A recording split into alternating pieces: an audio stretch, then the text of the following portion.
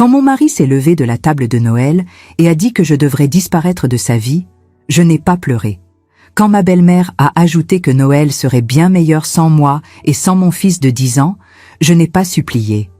Et quand tous ceux présents, mon beau-frère, ma belle-sœur, même mes propres parents, ont baissé les yeux et fait semblant de ne pas voir ce qui se passait, j'ai compris que ce n'était pas simplement la fin d'un mariage. C'était la fin d'une illusion que j'avais moi-même construite pendant 22 ans. Je m'appelle Sophie Bernard, j'ai 47 ans, et cette nuit de décembre 2023 fut la dernière fois que j'ai permis à quelqu'un de me faire sentir petite. La maison de mes beaux-parents à Annecy était décorée comme elle l'avait toujours été ces 15 dernières années. Guirlandes de sapin sur les portes, bougies rouges sur la cheminée en pierre, la table dressée avec la porcelaine anglaise qui appartenait à la grand-mère de Guillaume. Tout était si parfait, si français, si traditionnel. J'avais préparé le foie gras comme Colette me l'avait enseigné, choisi les vins de la cave comme Alain l'attendait, habillé mon fils Théo avec la chemise blanche et le blazer bleu marine que ma belle-mère avait exigé. J'avais tout fait comme il fallait, comme toujours. Mais rien de tout cela n'a eu d'importance quand Guillaume a décidé que ce serait le moment parfait pour détruire notre famille devant témoins. La neige a commencé à tomber vers 19 h, ponctuellement comme l'hiver de Haute-Savoie le délivre toujours. Théo était excité parce que c'était la première fois qu'il verrait de la neige à Noël. Nous vivions à Lyon, où l'hiver était plus doux. Il tenait ma main pendant que nous marchions du garage à l'entrée principale, ses yeux brillants de cette excitation enfantine que seules les premières expériences apportent. J'aurais dû percevoir les signes à ce moment-là. Guillaume était arrivé séparément de nous, prétextant une réunion de dernière minute au bureau. Mes beaux-parents nous ont accueillis à la porte avec des sourires qui n'atteignaient pas leurs yeux. Ma belle-sœur Céline m'a à peine regardée quand je suis entrée. Mais j'étais trop occupée à être la Sophie parfaite, la belle-fille parfaite, l'épouse parfaite pour remarquer que je venais d'entrer dans une embuscade soigneusement planifiée. Le dîner a commencé normalement. Huîtres fraîches de Bretagne, saumon fumé, champagne veuve Clicquot servi dans des coupes en cristal. Conversation polie sur le travail d'Alain dans le conseil financier, sur la nouvelle promotion de Céline dans l'entreprise de cosmétiques, sur les projets de Rémi pour développer son affaire immobilière. Je souriais, acquiesçais, faisais les commentaires appropriés au bon moment. Théo était assis à mes côtés, sage et bien trop silencieux pour un enfant de 10 ans, parce qu'il avait déjà appris que dans la maison de ses grands-parents paternels, les enfants devaient se faire voir mais pas entendre. Je lui tenais la main sous la table de temps en temps, un petit geste de réconfort que personne d'autre ne voyait. Ou du moins, je le pensais. C'est pendant le plat principal, un magret de canard avec sauce aux framboises que j'avais moi-même préparé cet après-midi-là, que tout s'est effondré. Guillaume s'est resservi du vin, remplissant sa coupe jusqu'au bord comme quelqu'un qui a besoin de courage liquide pour faire quelque chose de terrible. Colette a échangé un regard avec Alain, ce type de communication silencieuse que développent les couples de plusieurs décennies. Céline a posé sa fourchette dans son assiette avec un bruit délibéré. Et puis mon mari, l'homme avec qui j'avais partagé un lit pendant plus de 2 décennies, le père de mon fils, s'est lentement levé de sa chaise, a posé ses mains sur la table en acajou poli et a dit avec une clarté qui ne laissait aucun doute que je n'étais plus la bienvenue dans cette famille. « Sophie, je pense que tu devrais partir et ne jamais revenir. » Les mots sont sortis de sa bouche sans trembler, sans hésitation, comme s'il avait répété cette phrase plusieurs fois devant le miroir. Théo a serré ma main si fort que j'ai senti ses ongles s'enfoncer dans ma peau. Le silence qui a suivi fut absolu. Ni le tintement des couverts, ni le crépitement du feu dans la cheminée, ni le vent dehors. Seulement le son de ma respiration devenant plus lente, plus contrôlée, plus dangereuse. Colette, ma belle-mère aux cheveux parfaitement coiffés et aux perles autour du cou, a complété avec cette voix douce et venimeuse qu'elle utilisait quand elle voulait paraître civilisée tout en plantant le couteau. « Noël serait bien meilleur sans toi ici, ma chère. Ça l'a toujours été. Tu n'as jamais vraiment appartenu à cette famille, n'est-ce pas ?» J'ai regardé autour de la table.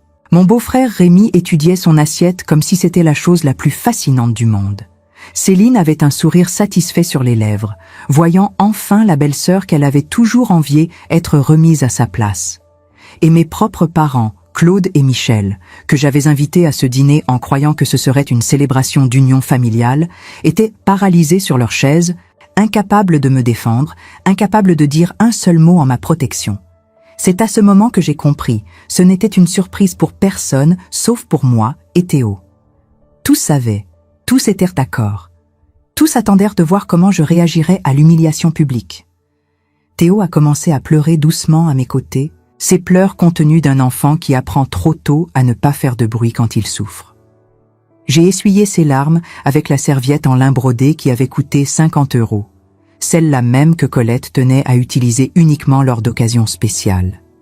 Guillaume restait debout, attendant que je supplie, que je m'agenouille, que je demande ce que j'avais fait de mal pour mériter cela. J'ai vu dans ses yeux cette attente presque anxieuse de ma destruction totale. Il voulait me voir détruite. Il voulait que je sorte de cette maison en rampant. Il voulait transformer ce Noël en jour où Sophie Bernard avait enfin été remise à la place qu'elle aurait toujours dû occuper. Hors de cette famille, hors de cette vie, hors de leur existence. Mais je n'ai pas supplié, je n'ai pas pleuré. Je n'ai pas demandé pourquoi. Au lieu de cela, j'ai pris mon sac Louis Vuitton, cadeau d'anniversaire de Guillaume l'année précédente, quand il faisait encore semblant de m'aimer. J'ai sorti mon téléphone et j'ai dit avec un calme qui m'a surprise moi-même. Alors, vous ne verrez pas d'inconvénient à ce que je fasse ceci. Et devant eux tous, avec Théo observant chacun de mes mouvements avec ses yeux écarquillés et confus, j'ai exécuté quelque chose qui a pris exactement 15 secondes, mais qui changerait tout pour toujours. Ce que j'ai fait durant ces 15 secondes n'impliquait pas de cris, pas de violence, pas de drame. C'était simple, silencieux et complètement dévastateur. Et quand j'ai terminé, quand j'ai remis mon téléphone dans mon sac et me suis levé de ma chaise avec toute la dignité que j'ai pu rassembler, le visage de Guillaume avait perdu toute couleur. Colette a laissé tomber sa coupe de champagne, le liquide doré se répandant sur la nappe blanche comme une tache de honte. Alain s'est levé si vite qu'il a renversé sa propre chaise. Et tous, absolument tous, ont commencé à parler en même temps, leur voix se bousculant dans une cacophonie de désespoir. « Sophie, attends, tu ne peux pas ?» Guillaume a essayé d'attraper mon bras, mais je me suis écartée. « Pour l'amour de Dieu, annule ça maintenant, tu es devenue folle. » Colette a crié, sa posture aristocratique se fissurant enfin. « Pense à ce que tu fais, pense aux conséquences. » Alain était pâle, sa main tremblant, tandis qu'il pointait mon téléphone comme si c'était une arme. Même mes parents ont finalement trouvé leur voie, me suppliant de reconsidérer, de penser à Théo, de ne pas faire cela. Mais je l'avais déjà fait, et il n'y avait pas de retour en arrière. J'ai pris la main de mon fils, senti le poids de son manteau qui était suspendu dans l'entrée, et j'ai marché vers la porte. Théo m'a suivi sans questionner, me faisant confiance de la manière dont seuls les enfants font confiance à leur mère, même quand ils ne comprennent pas ce qui se passe. Derrière nous, le chaos continuait. Guillaume a couru après, sa voix brisée d'une façon que je n'avais jamais entendue auparavant. « Sophie, s'il te plaît, tu ne comprends pas ce que tu viens de faire. Ça va tout détruire.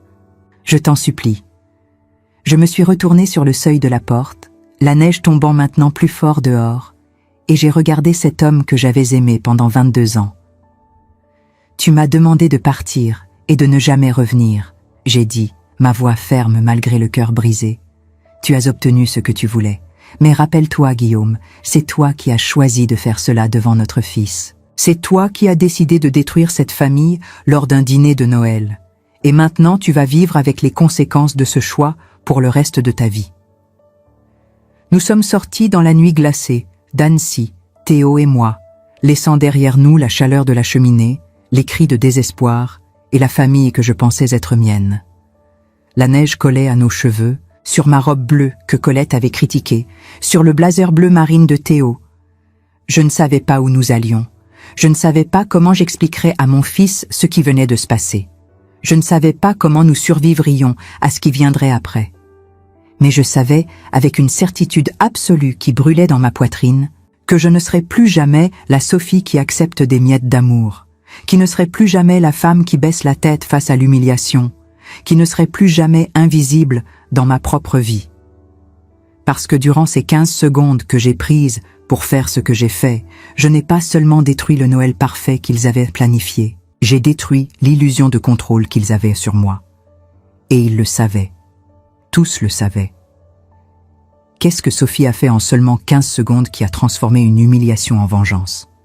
Pourquoi toute cette famille est-elle entrée en panique si rapidement?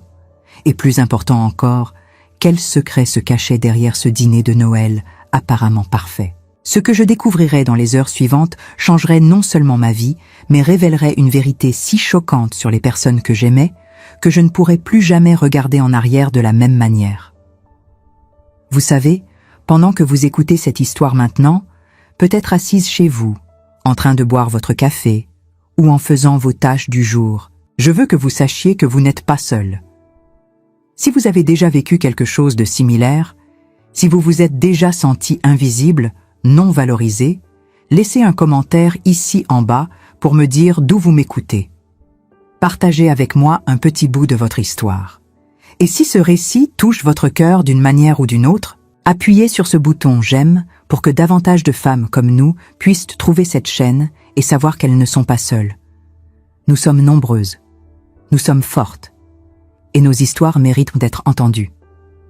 La route entre Annecy et Lyon n'avait jamais semblé aussi longue.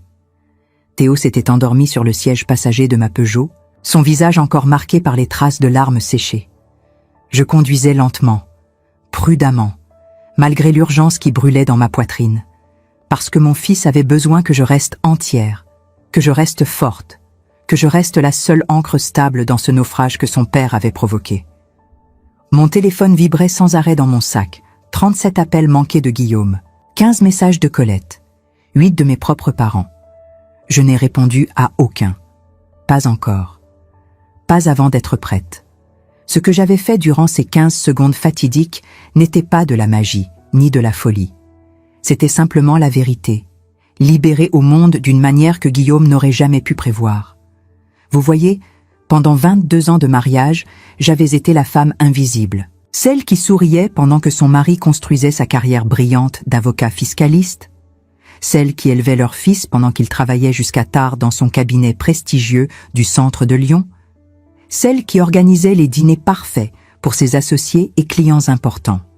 J'avais mis ma propre carrière d'architecte d'intérieur en pause quand Théo était né, promettant à moi-même que ce serait temporaire. Mais le temporaire était devenu permanent. Les années avaient glissé comme du sable entre mes doigts et soudainement, j'avais 47 ans et rien qui soit vraiment mien.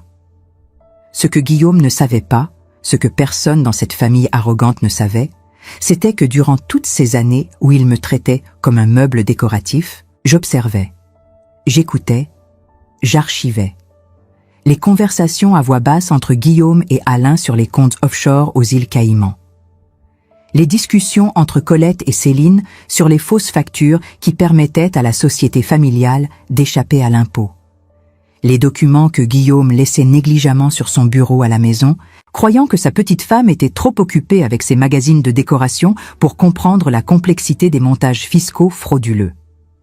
Ils avaient tous sous-estimé l'architecte qui avait étudié à l'école spéciale d'architecture de Paris, qui comprenait les structures, les fondations, les points de charge et les faiblesses systémiques. Durant ces 15 secondes à la table de Noël, j'avais simplement transféré un dossier complet, méticuleusement compilé durant les 3 derniers mois, directement à l'adresse e-mail de la Direction générale des finances publiques. 63 pages de preuves documentées, de captures d'écran de conversation, de photos de documents confidentiels, de relevés bancaires, de factures falsifiées, tout, absolument tout ce qui prouvait que la famille Bernard, cette famille si respectable avec leur maison à Annecy et leurs voitures allemandes et leurs vacances dans les Alpes suisses, était construite sur une fraude fiscale qui durait depuis plus de 15 ans.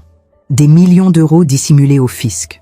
Des millions d'euros qui auraient dû servir aux écoles, aux hôpitaux, aux routes. L'argent de tous les Français honnêtes qui payaient leurs impôts pendant que les Bernard sirotaient leur champagne et regardaient de haut les gens comme moi. J'avais découvert le premier indice par accident, 6 mois plus tôt. Guillaume avait laissé son ordinateur portable ouvert dans son bureau à la maison, une fenêtre sur un compte bancaire que je ne reconnaissais pas. J'aurais pu fermer cet ordinateur. J'aurais pu ignorer ce que j'avais vu. J'aurais pu continuer à vivre dans l'ignorance confortable qui caractérise tant de mariages qui se désintègrent lentement. Mais quelque chose en moi, peut-être l'architecte qui cherche toujours les fissures dans les structures, m'a poussé à regarder plus profondément. Et ce que j'ai trouvé m'a glacé le sang. La société de Guillaume, Bernard & Associés, n'était qu'une façade. Derrière elle se cachait un réseau complexe de sociétés écrans, de comptes à l'étranger, de transactions fictives qui permettaient à la famille de vivre comme des aristocrates tout en déclarant des revenus à peine supérieurs au salaire minimum. Alain, avec sa consultance financière, orchestrait tout. Colette, avec ses contacts dans l'immobilier de luxe, facilitait les achats de propriétés via des entités offshore. Rémi utilisait son agence immobilière pour blanchir l'argent à travers des transactions gonflées. Même Céline, avec son entreprise de cosmétiques, participait au système en émettant de fausses factures de conseil. C'était une opération familiale parfaitement huilée, criminelle dans chaque détail. Pendant 3 mois, j'avais collecté les preuves avec la minutie d'une archéologue. Chaque fois que Guillaume laissait son téléphone sans surveillance, je photographiais ses messages. Chaque fois qu'il amenait des documents à la maison, je les scannais pendant qu'il dormait. Chaque conversation que j'entendais entre les membres de la famille durant les dîners du dimanche, je l'enregistrais mentalement, la transcrivais plus tard, la datais, la contextualisais. Je savais que si je voulais me libérer de cette famille, si je voulais protéger Théo de grandir en croyant que la corruption est normale, je devais avoir des munitions, je devais avoir la vérité. Mais je n'avais jamais prévu utiliser ces informations de cette manière. Mon plan original était de confronter Guillaume en privé, de lui donner un ultimatum, divorcer à l'amiable, me donner la garde complète de Théo et une pension alimentaire juste où j'irais aux autorités. C'était rationnel, c'était propre, c'était civilisé. Mais Guillaume avait choisi de m'humilier publiquement, devant notre fils, devant ma famille, durant le réveillon de Noël. Il avait choisi de me traiter comme moins que rien. Et dans ce moment, quelque chose en moi s'était brisé et reconstruit en quelque chose de plus dur, de plus clair, de plus impitoyable. Quand j'arrivais finalement à notre appartement à Lyon, ou plutôt l'appartement qui portait le nom de Guillaume, mais que j'avais décoré, meublé, transformé en maison durant toutes ces années, il était 3 heures du matin. Je portais Théo endormi jusqu'à son lit, retirai ses chaussures, couvrit son petit corps avec la couette que j'avais cousue moi-même quand il avait 5 ans. Je restais là, à regarder son visage innocent dans le noir, et je me demandais si j'avais fait la bonne chose, si ma vengeance valait le prix que mon fils allait payer, si la justice valait le chaos qui allait suivre. Mon téléphone vibra encore. Cette fois, ce n'était pas Guillaume. C'était un numéro que je ne reconnaissais pas. J'hésitais, puis répondis. La voix de l'autre côté était professionnelle, formelle, mais je pouvais entendre l'excitation contenue dans chaque mot. « Madame Bernard, ici, inspecteur Rousseau de la Brigade nationale de répression de la délinquance fiscale. Nous avons reçu votre dossier il y a environ 4 heures. Je dois vous dire que dans mes 23 ans de carrière, je n'ai jamais vu un ensemble de preuves aussi complet, aussi méticuleux, aussi accablant. Nous allons avoir besoin que vous veniez faire une déposition formelle. Quand pourriez-vous » Je l'interrompis doucement. « Inspecteur, j'ai un fils de 10 ans qui vient de vivre la pire nuit de sa vie. J'ai besoin de 24 heures pour lui expliquer ce qui va se passer, pour le préparer au fait que son père va probablement aller en prison, pour m'assurer qu'il comprend que rien de tout cela n'est sa faute. Pouvez-vous me donner cela ?» Il y eut un silence, puis « Madame, compte tenu de la gravité des accusations et de la qualité des preuves que vous avez fournies, nous pourrions procéder aux arrestations dès demain matin. Votre ex-mari et sa famille pourraient être en détention provisoire avant la fin de la semaine. Êtes-vous absolument certaine de vouloir aller jusqu'au bout ?» Cette question aurait dû me faire hésiter. Elle aurait dû réveiller la Sophie d'avant, celle qui évitait les conflits, qui cherchait l'harmonie, qui croyait que l'amour pouvait surmonter tout. Mais cette Sophie était morte sur cette chaise à Annecy, tuée par les mots cruels de son mari et le silence complice de sa belle famille. La nouvelle Sophie, celle qui était née dans ces 15 secondes de courage glacé, répondit sans trembler. « Inspecteur, Ils ont volé l'argent des contribuables français pendant 15 ans. Ils ont vécu dans le luxe pendant que des infirmières travaillaient des doubles shifts, pendant que des enseignants payaient pour les fournitures de leurs élèves de leur propre poche, pendant que des familles honnêtes luttaient pour joindre les deux bouts. Ma certitude n'est pas la question. La justice l'est. Quand je raccrochais, je trouvais Théo debout dans l'embrasure de sa porte, ses yeux ensommeillés, mais inquiets. « Maman, papa va venir nous chercher ? Grand-mère Colette a dit que tu avais fait quelque chose de terrible, c'est vrai ?» Je m'agenouillai devant lui, pris ses petites mains dans les miennes et décidai que mon fils méritait la vérité. Pas toute la vérité. Il n'avait que 10 ans, mais assez pour qu'il comprenne que parfois, faire la bonne chose ressemble à faire la mauvaise chose, et que le courage a parfois le visage de la trahison. Théo, mon chéri, ton père et sa famille ont fait des choses malhonnêtes, très malhonnêtes, des choses illégales.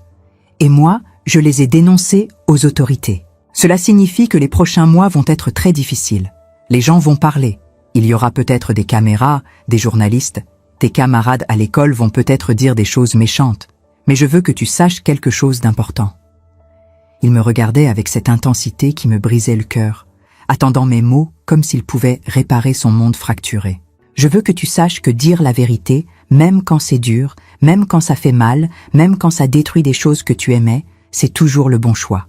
Pas le choix facile, pas le choix confortable, mais le bon choix. Et je veux que tu grandisses en sachant que ta maman a choisi l'honnêteté plutôt que la tranquillité.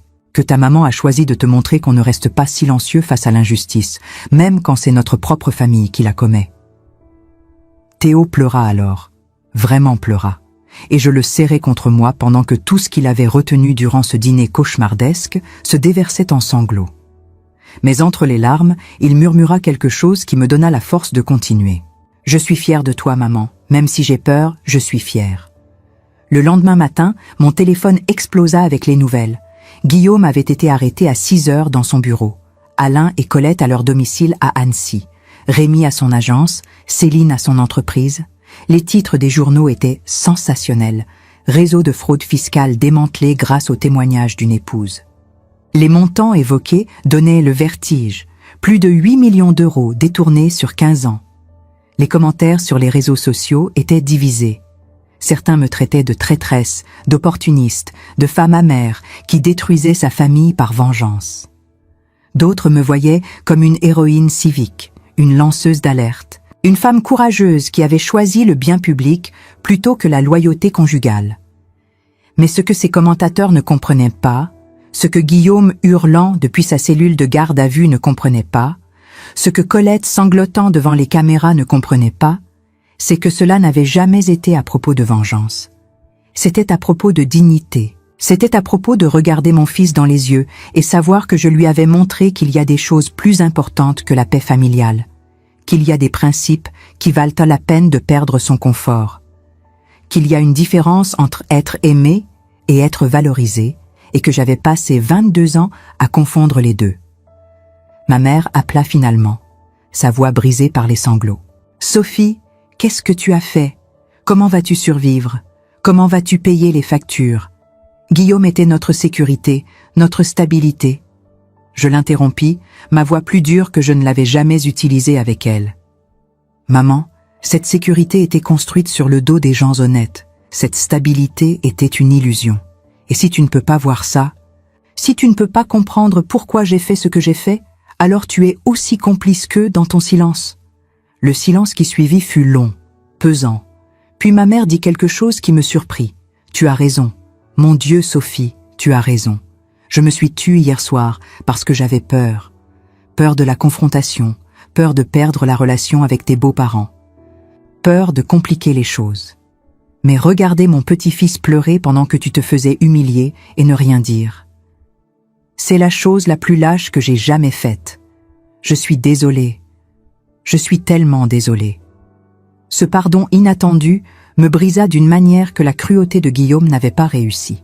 Parce qu'il contenait la reconnaissance que j'avais désespérément besoin, que ce que j'avais fait était difficile mais juste, que j'avais été forte quand tout le monde autour de moi avait été faible, que choisir la vérité plutôt que la tranquillité ne faisait pas de moi une méchante, mais une femme qui refusait de participer à un mensonge.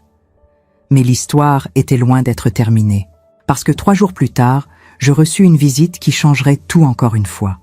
Une visite qui révélerait que mon acte de courage du soir de Noël avait des conséquences que je n'avais jamais pu anticiper.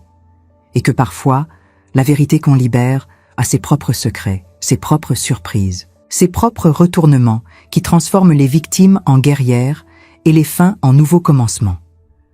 La femme qui sonna à ma porte ce jeudi matin de fin décembre ne ressemblait pas à ce que j'attendais. Elle portait un tailleur gris anthracite impeccablement coupé, des lunettes à monture dorée, et avait cette assurance tranquille des personnes qui ont passé leur vie à naviguer dans des salles de tribunal. « Madame Bernard, je suis maître Isabelle Moreau. Puis-je entrer ? Ce que j'ai à vous dire concerne directement votre situation actuelle, et je préférerais ne pas avoir cette conversation sur le palier. Théo était à l'école. J'avais insisté pour qu'il y retourne malgré les regards et les chuchotements, parce que la normalité était la seule ancre que je pouvais lui offrir dans ce chaos. J'invitai Maître Moreau à entrer, lui offrit un café qu'elle accepta, et attendit qu'elle m'explique pourquoi une avocate que je n'avais jamais rencontrée se tenait dans mon salon avec un attaché-case en cuir visiblement coûteux et un regard qui oscillait entre l'admiration et quelque chose qui ressemblait dangereusement à de la compassion. « Madame Bernard, je représente un collectif de 12 femmes, commença-t-elle en posant sa tasse sur la table basse que j'avais chinée dans une brocante à Villeurbanne 3 ans auparavant. 12 femmes qui, comme vous, ont été mariées à des hommes qui pratiquaient la fraude fiscale à grande échelle. 12 femmes qui, contrairement à vous, n'ont pas eu le courage de dénoncer leur mari, qui ont choisi le silence, la complicité passive, la survie tranquille, et qui maintenant, après avoir vu ce que vous avez fait, après avoir vu votre histoire dans tous les journaux, veulent enfin parler. Je ne comprenais pas où elle voulait en venir. Maître, je ne suis pas sûre de comprendre pourquoi. Elle m'interrompit gentiment. Ces femmes veulent témoigner en votre faveur. Elles veulent expliquer aux médias, aux autorités, au public, ce que c'est que d'être piégé dans un mariage où votre mari contrôle tout. L'argent, les décisions, l'information. Elles veulent raconter comment elles ont découvert les activités illégales de leur conjoint, comment elles ont eu peur de parler, comment elles ont rationalisé leur silence. Et elles veulent que leur témoignage serve à montrer que ce que vous avez fait n'était pas de la vengeance mesquine, mais un acte de courage civique extraordinaire. Mon cœur battait plus vite. Pourquoi ferait-elle cela? Elles ne me connaissent même pas. Maître Moreau sourit, un sourire triste et sage.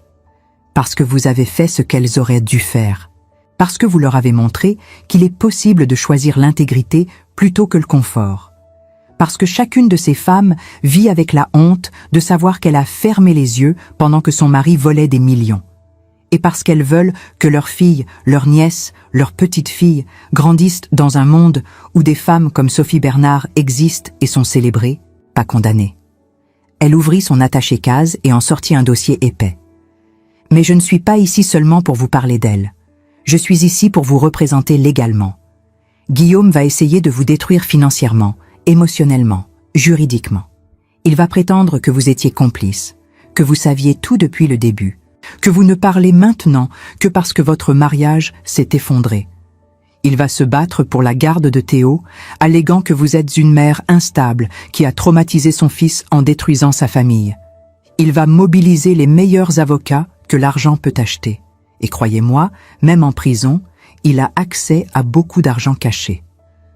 Je sentis la peur monter dans ma gorge. Je n'ai pas les moyens de me battre contre ça. Mon compte en banque est presque vide. J'ai mis ma carrière en pause depuis 10 ans. Je n'ai rien.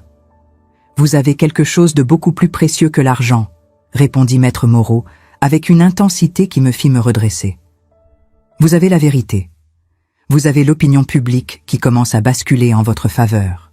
Vous avez 12 femmes prêtes à témoigner de votre caractère. Et vous m'avez, moi, pro bono, parce que je suis fatigué de voir des hommes puissants échapper à la justice pendant que les femmes qui les dénoncent sont crucifiées.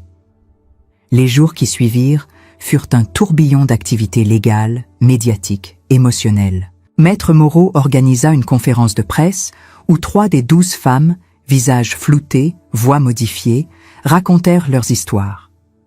Comment leur mari avait créé des empires sur la fraude. Comment elles avaient découvert la vérité trop tard. Comment la peur et la dépendance financière les avaient empêchées de parler. Sophie Bernard a fait ce que nous n'avons pas eu le courage de faire, dit l'une d'elles, sa voix tremblante mais déterminée.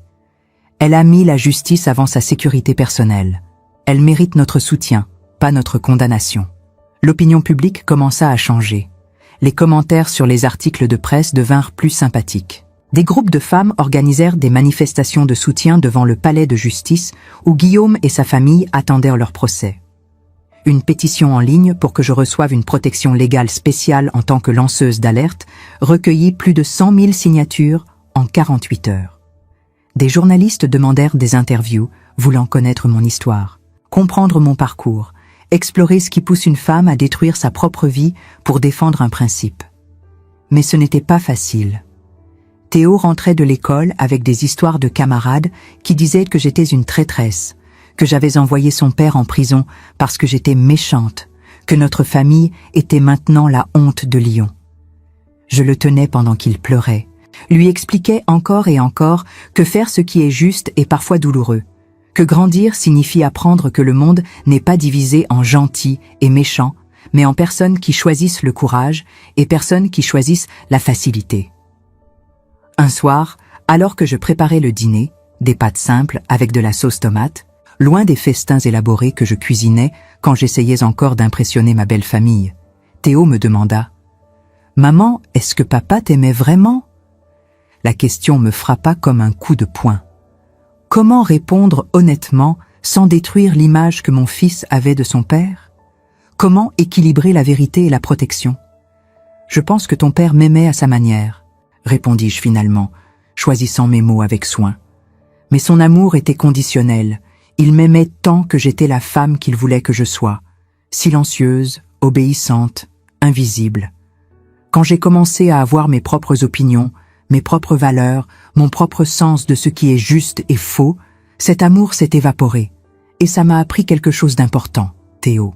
L'amour véritable ne disparaît pas quand tu deviens toi-même. L'amour véritable te célèbre pour qui tu es, pas pour qui tu prétends être.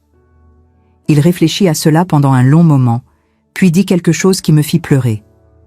Alors tu m'aimes vraiment, maman, parce que tu me laisses être triste et en colère et confus, et tu m'aimes quand même.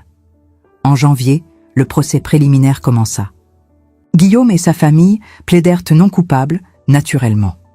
Leurs avocats, une équipe de 4 poids lourds du barreau parisien, lancèrent immédiatement une offensive médiatique, peignant l'image d'une femme amère et vengeresse qui avait fabriqué des preuves pour détruire son ex-mari. Ils suggérèrent que j'avais des problèmes de santé mentale, que j'étais jalouse du succès de Guillaume, que j'avais manipulé les documents pour les faire paraître incriminants. Mais ils n'avaient pas compté sur la minutie de mon dossier. Chaque document que j'avais fourni aux autorités était authentique, daté, contextualisé. Les experts forensiques confirmèrent que rien n'avait été altéré. Les inspecteurs des finances publiques témoignèrent que mon dossier était le plus complet qu'ils avaient jamais vu dans un cas de fraude fiscale domestique. Et quand Maître Moreau présenta les témoignages des 12 femmes, non pas comme preuve directe contre Guillaume, mais comme contexte pour comprendre ma situation. Même les juges les plus sceptiques commencèrent à voir le tableau complet. Guillaume me regarda à travers la salle d'audience avec une haine si pure qu'elle était presque palpable. L'homme qui m'avait un jour promis de m'aimer pour toujours, qui avait tenu ma main quand Théo était né, qui m'avait embrassé sous la tour Eiffel durant notre lune de miel, était devenu un étranger rempli de rage. Je me demandais si ce Guillaume hargneux et amer avait toujours été là, caché sous les sourires charmants et les gestes romantiques, ou si ma trahison, car c'est ainsi qu'il la voyait, avait révélé un côté de lui que même lui ne connaissait pas. Mais ce qui me troublait le plus n'était pas sa colère.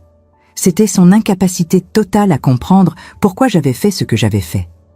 Dans son esprit, j'aurais dû accepter l'humiliation du dîner de Noël, partir tranquillement, peut-être demander un divorce discret. Le fait que j'ai choisi de révéler ses crimes plutôt que de simplement m'en aller était incompréhensible pour lui. Il ne pouvait pas concevoir un monde où une femme choisisse la justice plutôt que la paix, où les principes l'emportent sur la préservation de soi. Puis vint le témoignage qui changea tout. L'inspecteur Rousseau monta à la barre et révéla quelque chose que même moi je ne savais pas. Durant leur enquête déclenchée par mon dossier, ils avaient en découvert autre chose. Quelque chose que mes 3 mois de collecte de preuves n'avaient pas déterré. Guillaume n'utilisait pas seulement les comptes offshore pour cacher de l'argent au fisc. Il les utilisait aussi pour financer quelque chose de bien plus sombre. Une deuxième vie. Une deuxième famille. Une maîtresse à Genève avec qui il avait eu une fille de 7 ans. Le silence dans la salle d'audience était assourdissant. Je regardais Guillaume et vis toute la couleur drainée de son visage. Colette porta sa main à sa bouche, choquée pour la première fois depuis le début du procès. Même les avocats de la défense semblaient ne pas avoir été informés de ce détail. L'inspecteur Rousseau continua, implacable, expliquant comment ils avaient retracé les virements réguliers vers un compte en Suisse, comment ils avaient interrogé la femme, une certaine Valérie Duchamp, qui avait confirmé sa relation de 9 ans avec Guillaume, comment l'argent fraudé servait non seulement à enrichir la famille Bernard, mais aussi à maintenir cette vie parallèle. Je ne ressentis pas de triomphe. Je ne ressentis pas de satisfaction. Je ressentis simplement la fin complète et totale de l'illusion que j'avais entretenue pendant 22 ans. Guillaume n'avait pas seulement cessé de m'aimer récemment. Il avait construit une vie entière loin de moi depuis près d'une décennie. Chaque réunion tard le soir, chaque voyage d'affaires à Zurich, chaque week-end de formation continue, tout cela avait été du temps passé avec Valérie et leur fille. Je n'avais pas seulement été invisible, j'avais été complètement remplacé. Ce soir-là, après l'audience, je m'assis dans ma voiture dans le parking du palais de justice pendant 2 heures, incapable de bouger, incapable de pleurer, incapable de ressentir quoi que ce soit sauf un engourdissement profond et total. Maître Moreau frappa à ma vitre, inquiète. « Sophie, vous allez bien? Vous voulez que j'appelle quelqu'un ?» Je la regardais à travers la vitre et réalisais quelque chose de fondamental. « Je vais bien, dis-je, et je le pensais vraiment. Pour la première fois depuis très longtemps, je suis vraiment, complètement, absolument bien. Parce que maintenant je sais, il n'y a plus de questions. Plus de « peut-être que si j'avais été meilleur », plus de « peut-être que si j'avais essayé plus fort ». Il était qui il était. Et moi, j'ai fait ce qui était juste. Le reste n'est que du bruit. Mais le reste n'était pas que du bruit. Parce que ce que j'allais découvrir dans les semaines suivantes transformerait cette histoire de trahison et de justice en quelque chose de beaucoup plus profond, de beaucoup plus personnel, de beaucoup plus révélateur sur qui j'étais vraiment et qui j'allais devenir. Mars arriva avec un printemps précoce qui faisait fleurir les cerisiers le long du Rhône. Le procès s'était terminé 2 semaines auparavant avec des condamnations qui avaient fait la une de tous les journaux. Guillaume, 6 ans de prison ferme. Alain, 5 ans. Colette, 3 ans avec sursis. Rémi, 4 ans. Céline, 2 ans avec sursis. Les montants de la restitution étaient astronomiques. Plus de 9 millions d'euros une fois tous les comptes cachés découverts et saisis. Les avocats de Guillaume avaient fait appel, naturellement, mais personne ne se faisait d'illusions sur l'issue. Théo et moi avions déménagé dans un appartement plus petit à Croix-Rousse, un quartier que j'avais toujours aimé, mais que Guillaume trouvait trop bohème. J'avais recommencé à travailler comme architecte d'intérieur, acceptant de petits projets que des amis m'envoyaient, reconstruisant lentement une carrière que j'avais abandonnée pour un homme qui me considérait comme un accessoire décoratif. L'argent était serré, beaucoup plus serré que pendant toutes ces années de vie confortable financée par la fraude. Mais chaque euro que je gagnais était propre, honnête, mien. Un après-midi, alors que je travaillais sur des plans pour la rénovation d'un petit café dans le Vieux-Lyon, quelqu'un frappa à ma porte. J'ouvris pour trouver une femme d'environ 35 ans, blonde, avec des yeux bleus remplis de larmes, et un enfant, une petite fille de 7 ans aux boucles brunes, tenant sa main. Mon cœur s'arrêta. Je savais qui elles étaient avant même qu'elle ouvre la bouche. « Madame Bernard, » dit Valérie Duchamp, sa voix brisée. « Je sais que vous n'avez aucune raison de me parler. Je sais que je suis la dernière personne que vous voulez voir. Mais je vous en prie, puis-je entrer?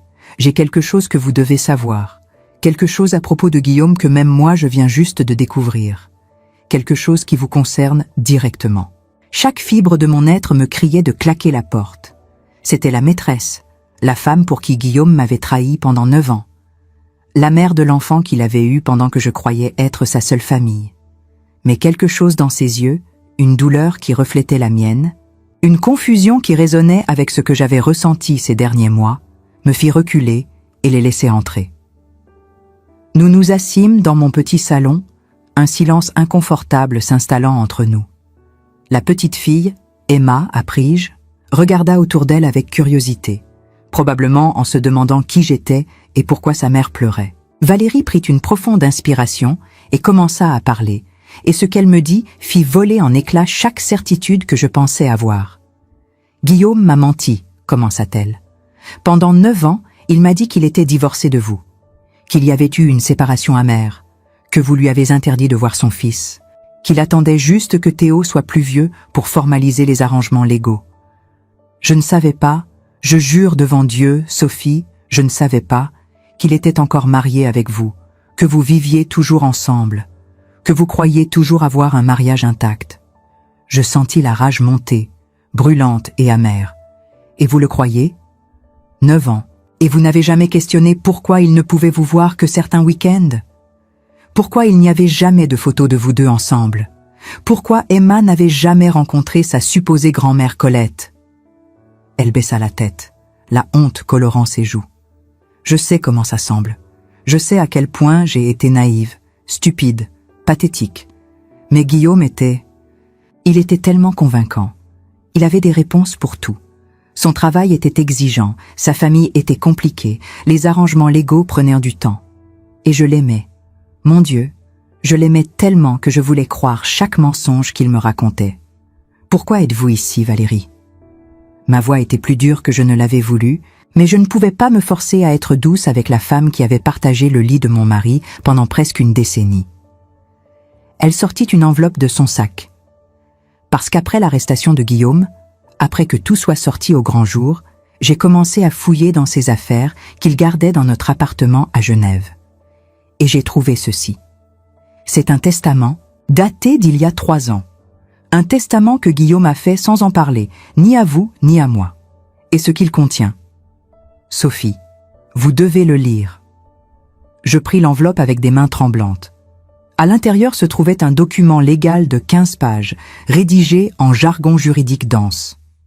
Mais certaines phrases ressortaient avec une clarté brutale. Guillaume avait créé un trust aux Bahamas contenant plus de 2 millions d'euros, argent que ni les autorités françaises ni les inspecteurs des finances n'avaient encore découvert. Et ce trust était destiné non pas à Théo, non pas à Emma, mais à un 3e enfant.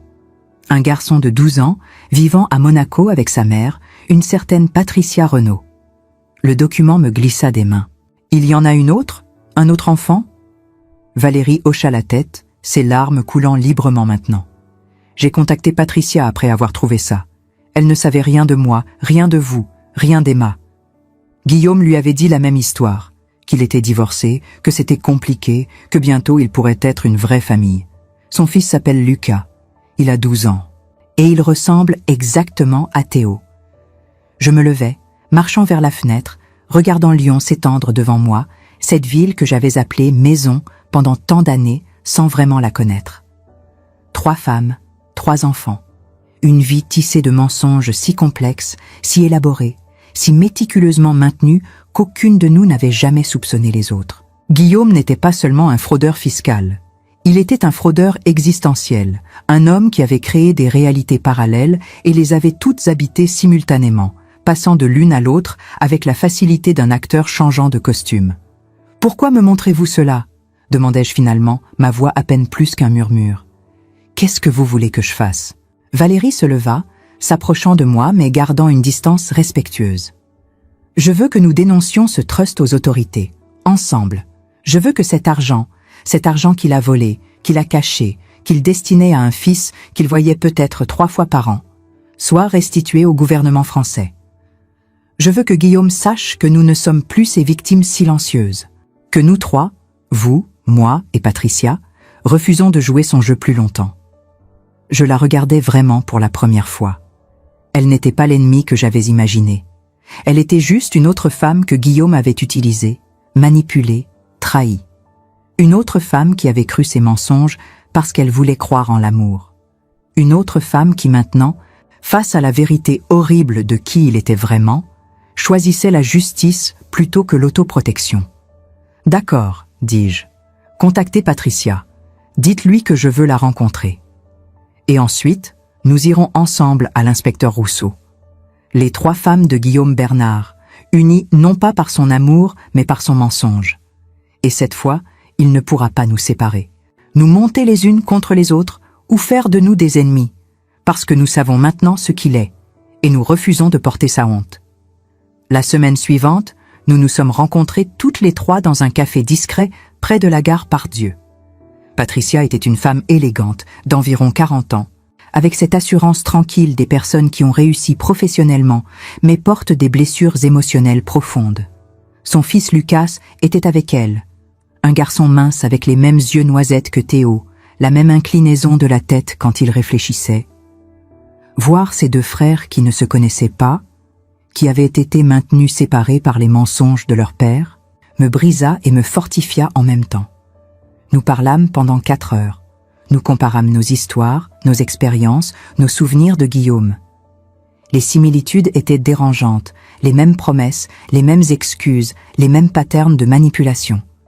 Mais ce qui était encore plus révélateur, c'étaient les différences. À moi, il avait présenté l'image du mari traditionnel français, l'avocat respectable qui voulait une épouse au foyer et une vie familiale stable. À Valérie, il s'était vendu comme l'entrepreneur moderne qui valorisait l'indépendance et la passion. À Patricia, il avait joué le romantique tourmenté qui cherchait une nouvelle chance après un mariage raté. Il nous a toutes donné des versions de lui-même, réalisa Patricia à voix haute. Pas le vrai Guillaume, si tant est qu'il y ait jamais eu un vrai Guillaume, mais des constructions soigneusement calibrées, basées sur ce qu'il pensait que nous voulions. Il était un caméléon émotionnel. Cette rencontre aurait pu être remplie d'hostilité et de jalousie. Au lieu de cela, elle devint une sorte de groupe de soutien improvisé. Nous pleurâmes ensemble pour les années perdues, pour les illusions brisées, pour nos enfants qui devraient maintenant naviguer dans une vérité si compliquée et douloureuse. Mais nous avons aussi ri, un rire amer mais libérateur, en imaginant le visage de Guillaume quand il découvrirait que ces 3 femmes s'étaient alliées contre lui. Quand nous avons contacté l'inspecteur Rousseau et lui avons remis les documents sur le trust caché, sa réaction fut exactement ce que nous espérions.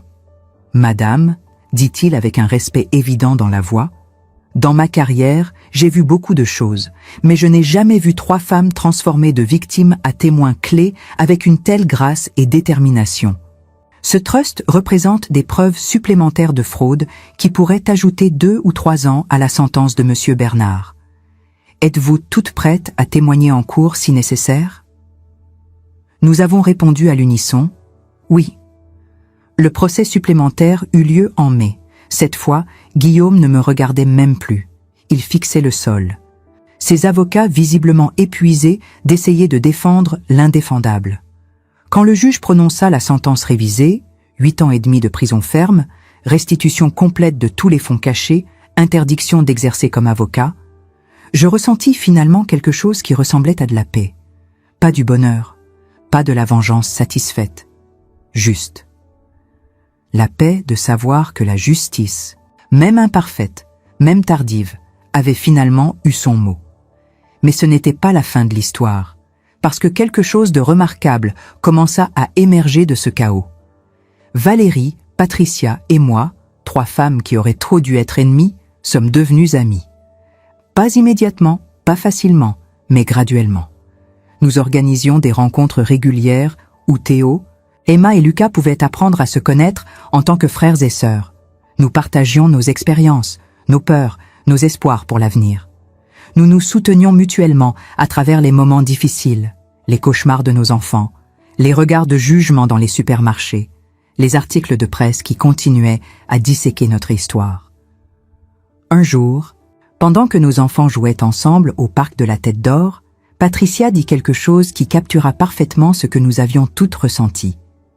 Guillaume voulait nous garder séparés, parce qu'il savait que si nous nous rencontrions jamais, nous verrions à travers ses mensonges. Il avait raison d'avoir peur. Mais ce qu'il n'a pas prévu, c'est que nous deviendrions non seulement des alliés, mais une famille. Une famille bizarre, non traditionnelle, créée non pas par le sang ou le mariage, mais par la survie partagée et le choix conscient de se soutenir mutuellement. En octobre, presque un an après ce terrible dîner de Noël qui avait tout changé, je reçus une dernière lettre de Guillaume depuis la prison. Je l'ai ouverte avec Théo présent. Il avait maintenant 11 ans, et je pensais qu'il méritait d'entendre ce que son père avait à dire. La lettre était longue, remplie de justifications et d'auto-apitoiements, mais une phrase ressortait. « Sophie, je ne comprends toujours pas pourquoi tu as choisi de détruire notre vie plutôt que de simplement partir tranquillement. Qu'as-tu gagné ?» Théo lut la lettre avec moi et secoua la tête tristement. « Il ne comprend vraiment pas, n'est-ce pas, maman?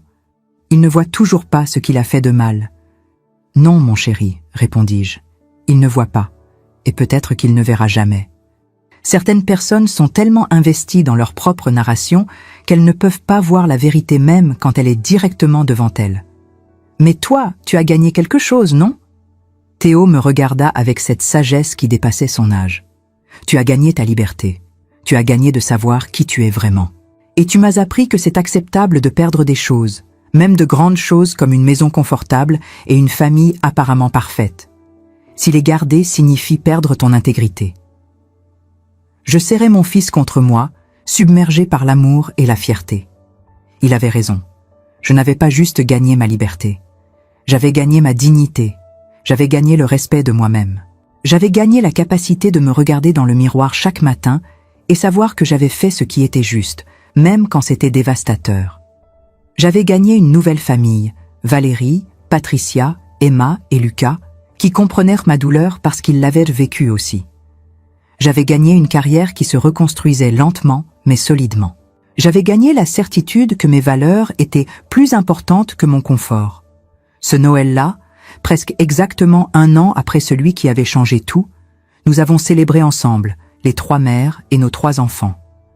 Pas dans une grande maison à Annecy, avec de la porcelaine coûteuse et des apparences à maintenir, mais dans mon appartement modeste à Croix-Rousse, avec des décorations faites maison et un repas simple que nous avons préparé ensemble. Nous avons ri, partagé des histoires, regardé nos enfants jouer sans la lourdeur de secrets et de mensonges. À minuit, alors que les enfants dormaient dans le salon devant un film, Valérie leva son verre de vin ordinaire et dit à Sophie, qui a eu le courage de nous montrer qu'on peut survivre à la destruction de tout ce qu'on croyait vrai et en émerger plus forte.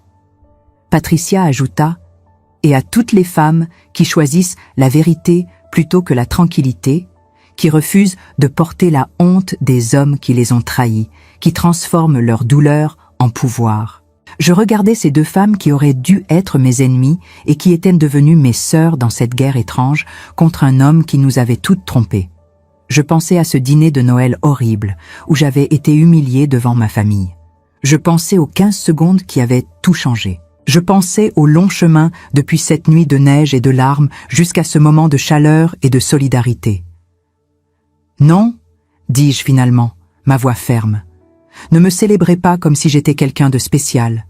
Ce que j'ai fait, ce que nous avons toutes fait, c'est simplement refuser d'accepter d'être traitées comme moins que ce que nous sommes. C'est le minimum absolu de ce que toute femme devrait faire. Ce n'est pas du courage extraordinaire, c'est juste du respect de soi basique. Et le fait que ça semble si exceptionnel dit tout sur à quel point nous avons normalisé d'accepter le traitement inacceptable. » Valérie sourit. « Peut-être. Mais tu as été la première de nous 3 à dire non. Et ça a tout changé. » Plus tard cette nuit-là, et seule dans ma chambre pendant que le monde dormait, j'écrivis une réponse à la lettre de Guillaume. Je ne l'ai jamais envoyée. Il n'aurait pas compris de toute façon. Mais écrire m'a aidé à clarifier mes propres pensées, à finaliser ce chapitre de ma vie, à fermer définitivement cette porte. Cher Guillaume, tu m'as demandé ce que j'ai gagné en choisissant de révéler tes crimes plutôt que de partir tranquillement. Laisse-moi te dire exactement ce que j'ai gagné. J'ai gagné la capacité de regarder mon fils dans les yeux et savoir qu'il a une mère qui défend ce qui est juste, même quand c'est difficile. J'ai gagné 2 amis qui comprennent ma douleur de manière que personne d'autre ne pourra jamais. J'ai gagné le respect de dizaines de milliers de femmes qui voient en mon histoire un rappel qu'elles ne doivent pas accepter d'être traitées comme invisibles. J'ai gagné une carrière qui est vraiment mienne. J'ai gagné un appartement modeste, qui est rempli de plus d'amour et d'honnêteté que ta grande maison ne l'a jamais été. Mais plus que tout, Guillaume, j'ai gagné quelque chose que tu ne comprendras jamais. J'ai gagné moi-même. La vraie Sophie. Pas la Sophie qui se pliait en quatre pour te plaire. Pas la Sophie qui avalait ses opinions pour éviter les conflits. Pas la Sophie qui croyait que l'amour signifie se faire petite.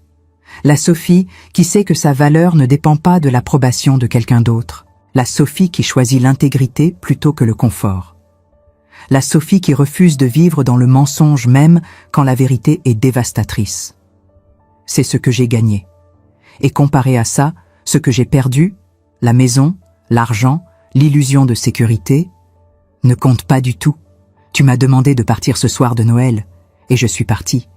Mais je ne suis pas parti tranquillement. Je ne suis pas parti en portant ta honte. Je ne suis pas parti en permettant à ton fils de grandir en croyant que tes crimes étaient acceptables. Je suis parti en choisissant la vérité, et je referai exactement la même chose. Au revoir, Guillaume. J'espère que tes années en prison te donneront le temps de réfléchir sur l'homme que tu es devenu. Mais j'en doute. Certaines personnes ne changent jamais. Et ce n'est plus mon problème. Sophie. Le lendemain matin, je brûlais cette lettre dans ma petite cheminée, regardant les mots se transformer en cendres et fumée.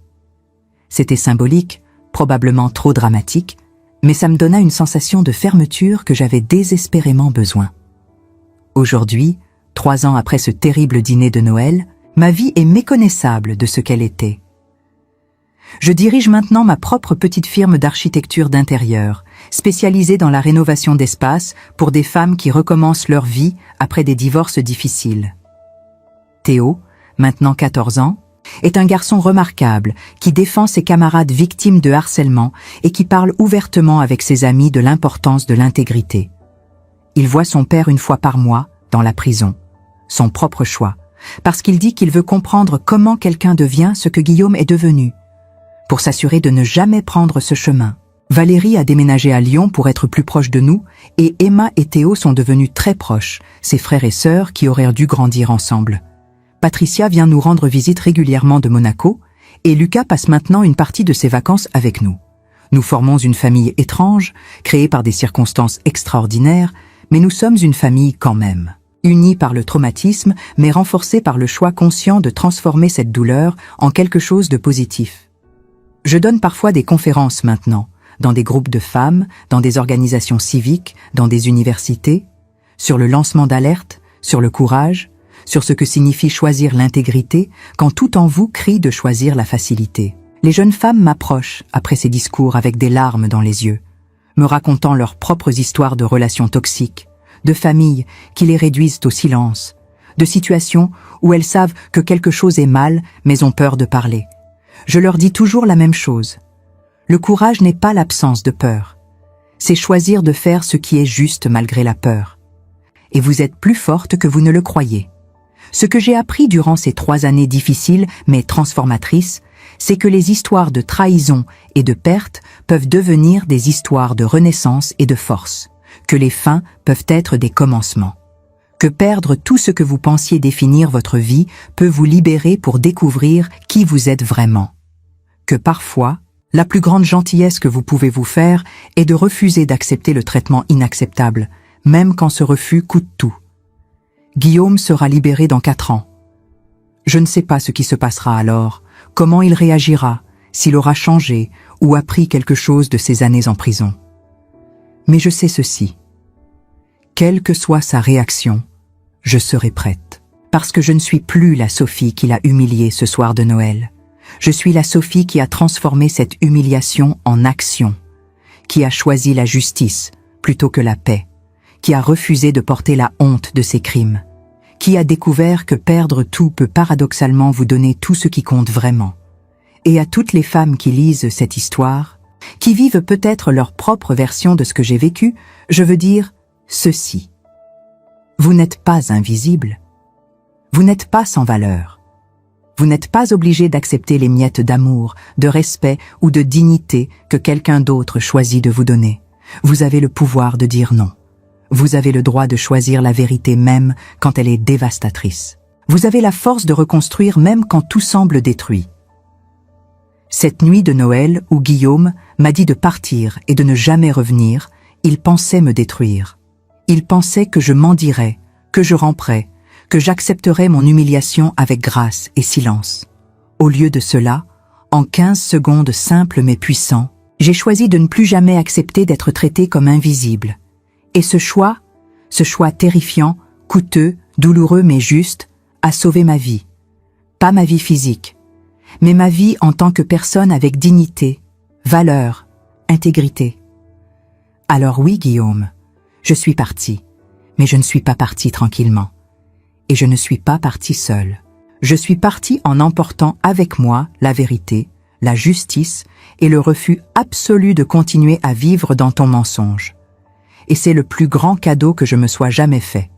Alors dites-moi, si c'était vous à cette table de Noël, humilié devant votre famille, votre enfant tremblant à vos côtés, auriez-vous eu ce courage de tout révéler en 15 secondes? Ou auriez-vous choisi le silence, comme tant d'entre nous l'ont fait pendant des années, des décennies parfois? Je pose cette question non pas pour vous juger, mais parce que je sais que beaucoup d'entre vous, en ce moment même, portent des secrets similaires. Des vérités sur vos mariages, sur les hommes que vous avez aimés, sur les compromis que vous avez acceptés pour maintenir une paix qui n'était qu'une illusion. Certaines d'entre vous ont peut-être découvert des infidélités, d'autres des malhonnêtetés, d'autres encore des trahisons si profondes qu'elles ont changé votre perception de toute une vie partagée. Ce que je veux que vous compreniez, c'est que mon histoire n'est pas exceptionnelle, elle est douloureusement ordinaire. Des milliers de femmes vivent exactement cela. Cette invisibilité progressive dans leur propre mariage, cette transformation lente d'une partenaire en simple accessoire décoratif. La seule différence, c'est que j'ai choisi de dire non. Et ce choix, aussi terrifiant qu'il ait été, m'a rendu ma dignité. Maintenant, je veux entendre votre voix. Dans les commentaires juste en dessous, racontez-moi. Avez-vous déjà vécu quelque chose de semblable? Avez-vous déjà été traité comme si votre présence n'avait pas d'importance, comme si vos années de dévouement ne comptaient pour rien? Et si vous deviez revivre ce moment, feriez-vous le même choix que moi, ou choisiriez-vous un chemin différent? Il n'y a pas de mauvaise réponse. Il n'y a que votre vérité, et elle mérite d'être entendue. Dites-moi aussi d'où vous m'écoutez en ce moment. Êtes-vous à Paris, à Marseille, à Lyon, peut-être en Algérie, au Maroc, au Québec? Êtes-vous seul chez vous ou entouré de votre famille? Cette géographie de nos vies crée une communauté invisible mais réelle. Des femmes partout dans le monde francophone qui partagent ces expériences, ces douleurs, ces questions sur la valeur de nos sacrifices et le prix de notre silence. Si cette histoire a résonné en vous, si elle a touché quelque chose de profond dans votre cœur, je vous demande de faire 2 choses simples mais importantes. D'abord, appuyez sur ce bouton pour vous abonner à cette chaîne. Non pas pour moi, mais pour toutes les femmes qui ont besoin d'entendre qu'elles ne sont pas seules, que leurs histoires comptent, que leur douleur n'est pas sans importance. Chaque abonnement dit « Je vois ces femmes, je reconnais leur courage, je valide leur expérience ». Ensuite, partagez cette vidéo avec une amie, une sœur, une fille, une nièce qui pourrait en avoir besoin. Peut-être connaissez-vous quelqu'un qui vit actuellement dans une situation similaire, qui se sent invisible, qui accepte l'inacceptable parce qu'elle ne voit pas d'autre option. Votre partage pourrait être l'étincelle qui lui montre qu'un autre chemin existe, que choisir sa dignité plutôt que son confort n'est pas de l'égoïsme mais du respect de soi. Je veux aussi que vous réfléchissiez à ceci. Combien de fois avons-nous, en tant que femmes, accepté d'être traités comme moins que ce que nous sommes simplement pour maintenir l'harmonie? Combien de fois avons-nous avalé nos opinions, nos besoins, nos rêves, parce qu'exprimer notre vérité aurait créé des conflits? Et à quel moment avons-nous commencé à croire que notre valeur dépendait de notre capacité à nous faire petites, silencieuses, accommodantes? Ces questions sont inconfortables. Elles nous forcent à regarder des vérités que nous avons peut-être passé des années à éviter. Mais c'est précisément dans cet inconfort que se trouve la possibilité de transformation. Quand nous commençons à nous poser ces questions honnêtement, quand nous arrêtons de nous mentir à nous-mêmes sur la qualité de nos relations et la réalité de nos vies. C'est là que le changement devient possible. Alors je vous en prie, ne restez pas silencieuse après avoir écouté cette histoire. Laissez un commentaire, même court, même juste quelques mots. Dites-moi ce que vous ressentez, ce que cette histoire a réveillé en vous, quelle décision vous auriez prise. Votre voix compte, votre expérience compte, et ensemble, en partageant nos histoires, en refusant le silence qui a protégé trop d'hommes malhonnêtes pendant trop longtemps, nous créons un monde où nos filles et petites filles n'auront plus à choisir entre leur dignité et leur sécurité. Elles pourront avoir les deux, parce que nous leur aurons montré le chemin.